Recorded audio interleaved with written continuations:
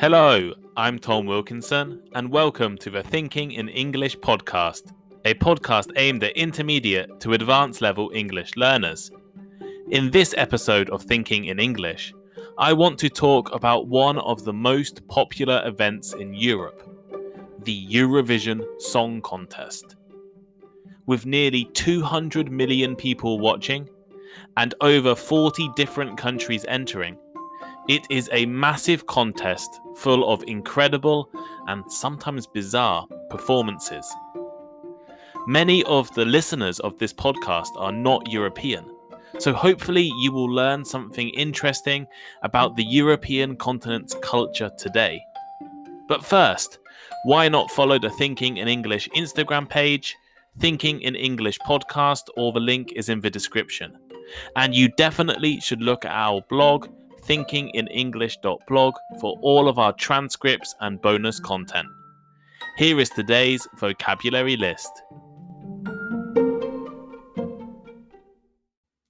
As always, the written list is available in the description of the podcast and also on our blog, thinkinginenglish.blog.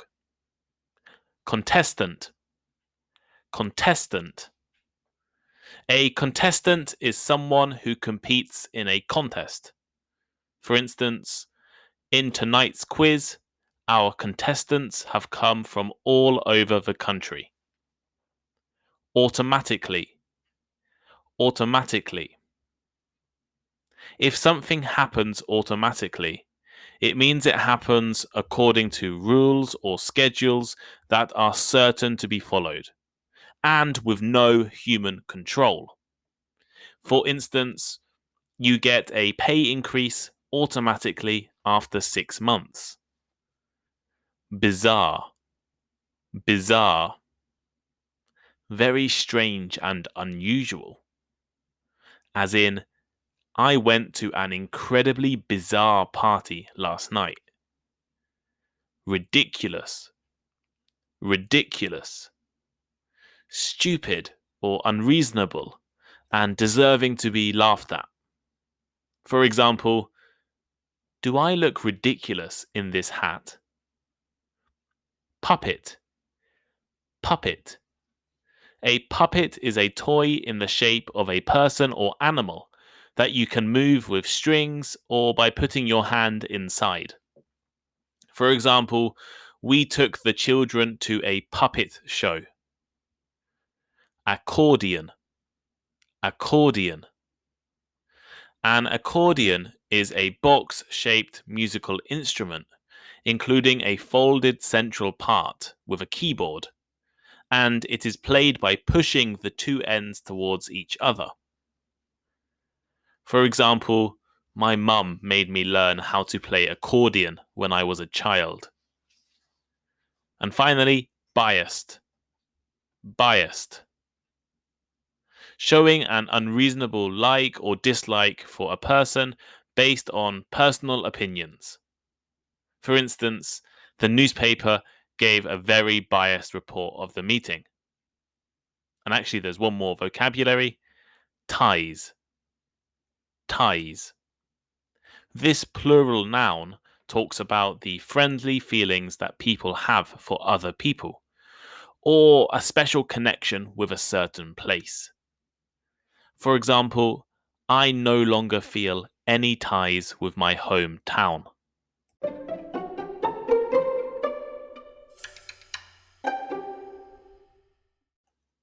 What do some Latvian pirates, a group of Russian grandmothers, a Finnish monster rock band, and the world-famous stars ABBA and Celine Dion all have in common? The answer is the Eurovision Song Contest. They have all been contestants, and some of them winners, of the biggest singing contest in Europe. This year's Eurovision Song Contest will be held in the Dutch city of Rotterdam on the 22nd of May. Eurovision is one of the most watched TV events in the entire world, with over 200 million people tuning in to watch every year. Yet, For people outside of Europe, it is probably something you know very little about. And right now, some of you are probably asking, what is he talking about? How does Eurovision work? And should I watch it? Imagine if you mixed a singing contest like the X Factor or American Idol with the Olympic Games. The result would be something similar to Eurovision. In the most simple way, Eurovision is an international singing competition where the countries of Europe and Australia, for some strange reason, all compete against each other. But Eurovision is much more than this explanation. It is nothing like other talent shows on TV around the world. The competition was created in 1956 by the European Broadcasting Agency. You'll probably notice this is only a decade after the end of World War II, and Eurovision was planned as a way of bringing the different European countries together after years of war and violence. When Eurovision began, only 7 countries participated, but now over 40 enter every year, with non-European countries, including Australia and Israel, also taking part. How does the competition work? Well, representatives from each country, so maybe a solo act, a duet, or a band, each perform one original song live on TV. And the winner is chosen by combining judges' decisions and by people voting at home. I'll talk a little bit more about voting later on. I said over 40 countries enter the competition, but not all of them can appear in the final of the competition. Otherwise, it would be an incredibly long TV show. So, there are 2 semi-finals held to decide which countries qualify. In addition, 6 countries automatically qualify every year. These are the winning country last time, so in this case the Netherlands, as well as the so-called Big 5 countries: Spain, Italy, France, Germany, and the UK. The Big 5 are the 5 countries that give the most money to the competition, so they are rewarded, I guess, with automatic entry into the final. Okay, so I've explained the basic format and rules of the competition. But so far, you're probably thinking it seems just like any other singing competition in the world.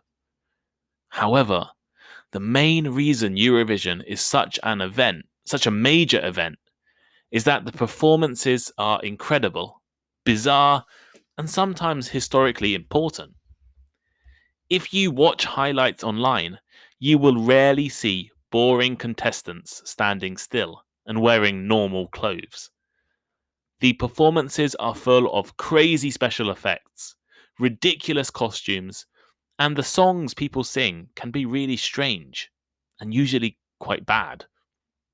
I'll leave a link to some Eurovision performances here, and if you go to the blog, you can check them out. But let me describe a few now. One of my favourite contestants ever was the Irish entry in 2008, Dustin the Turkey. Turkey here means the bird Americans eat at Thanksgiving, not the country. Dustin was a puppet, singing a song begging other countries to vote for him, as he was surrounded by dancers dressed in turkey-themed costumes. In 2007, Switzerland decided to sing about vampires.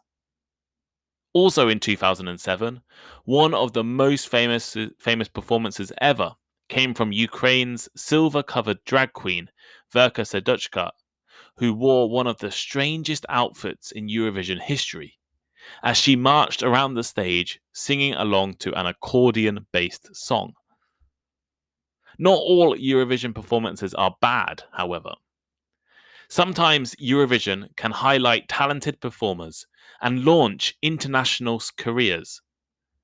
ABBA, for instance, performed their song Waterloo at Eurovision in 1974 and became one of the world's most popular acts in the following years.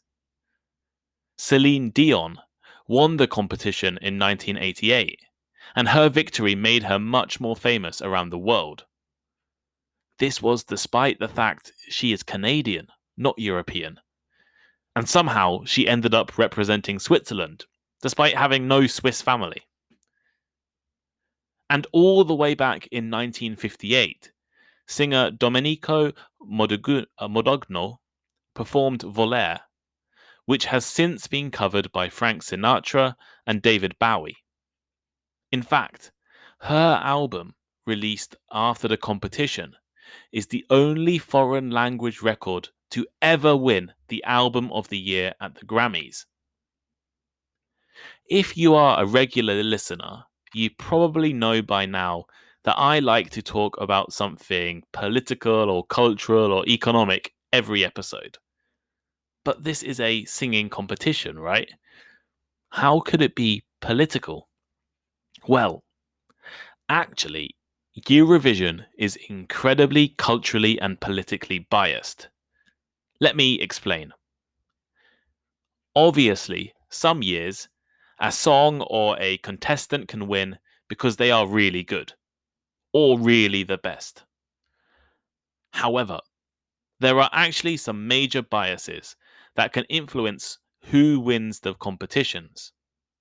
For instance, every year, certain countries tend to vote for each other in high numbers, even if the contestants are terrible. And this puts some countries at an advantage because they are almost guaranteed to get certain votes every year. Now, how can this be possible? Well, the answer lies in Eurovision's complicated voting system. Each country ranks all of the other countries' performances by mixing viewer votes and scores from judges. And a country cannot vote for itself. So getting ranked first place by a country is worth 12 points, second place is worth 10 points, third 8 points, fourth 7, fifth 6, and so forth until you reach 11th place and below, which will get 0 points. So, for example, if the majority of voters in my country, the UK, think that France was the best, they will be given 12 points. After all the countries have voted, the performer with the highest score wins. A 2013 study by Garcia and Tanase researched how often countries voted for each other between 1997 and 2013. They found that countries tend to gather together and vote in blocks, and the winner usually comes from one of the biggest voting blocks. This is why Scandinavian and Eastern European countries often win the competition, because they are in very big voting blocks, while France hasn't won for 50 years, because they are in one of the smallest voting blocks. One explanation for these voting blocks is cultural ties. Countries with similar ethnicities, culture, religion, and languages tend to vote for each other. Scandinavian countries tend to vote for each other. German-speaking countries do as well.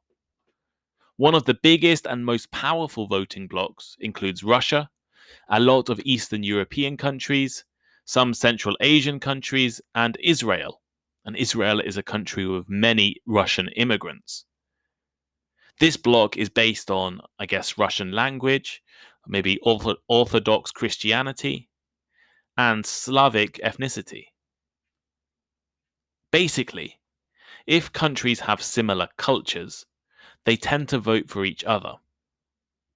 But culture is not the only factor. History and politics are also important. Turkey and Armenia, for instance, are culturally quite similar, but have a controversial history and tend to not vote for each other. Furthermore, when the economy is bad, countries vote for their friends more often. And when the economy is good, countries vote for their friends less. One country which traditionally doesn't achieve good scores in the competition is the UK. Despite having some of the most successful musicians in the entire world, the UK is famous for receiving no points from most countries.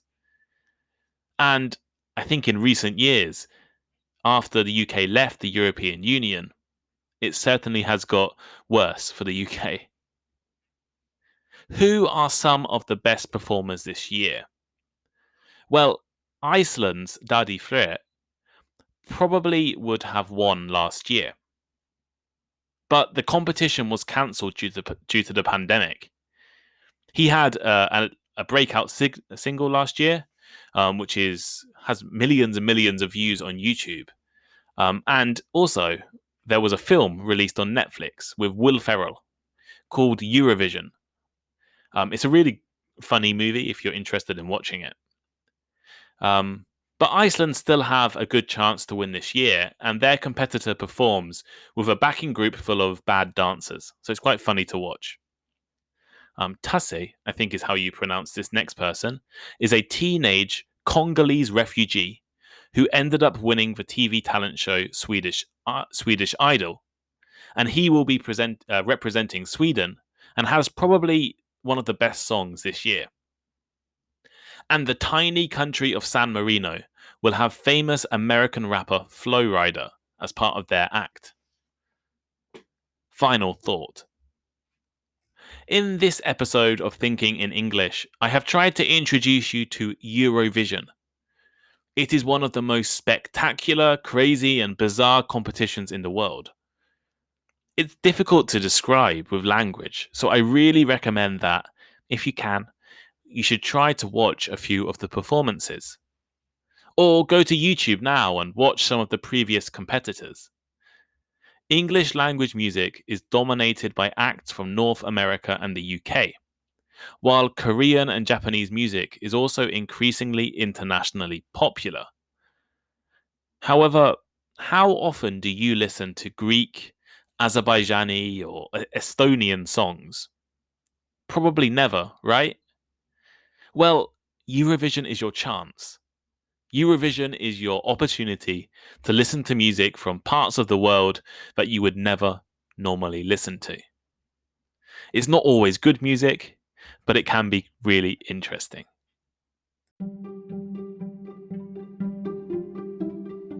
Thank you for listening to today's episode of Thinking in English. Please share with your friends, check out our social media links in the description, and send us a message. We really appreciate all of your feedback. And if you have any ideas for topics or future podcast guests or any other learning format, please let us know. And please leave me a rating. We're now on Instagram. I'm sure you've already seen it, but go there, check it out. Lots of good content about vocabulary, pronunciation, and grammar. And Instagram is a great way to contact me. It's Thinking in English Podcast on Instagram, or the link is in the description. Also, all of the transcripts of the podcast are now available on the Thinking in English blog. Vocabulary list, comprehension questions, and all of the articles are there for you to read. That link is also in the description, so please check it out too. Thank you, and see you next time.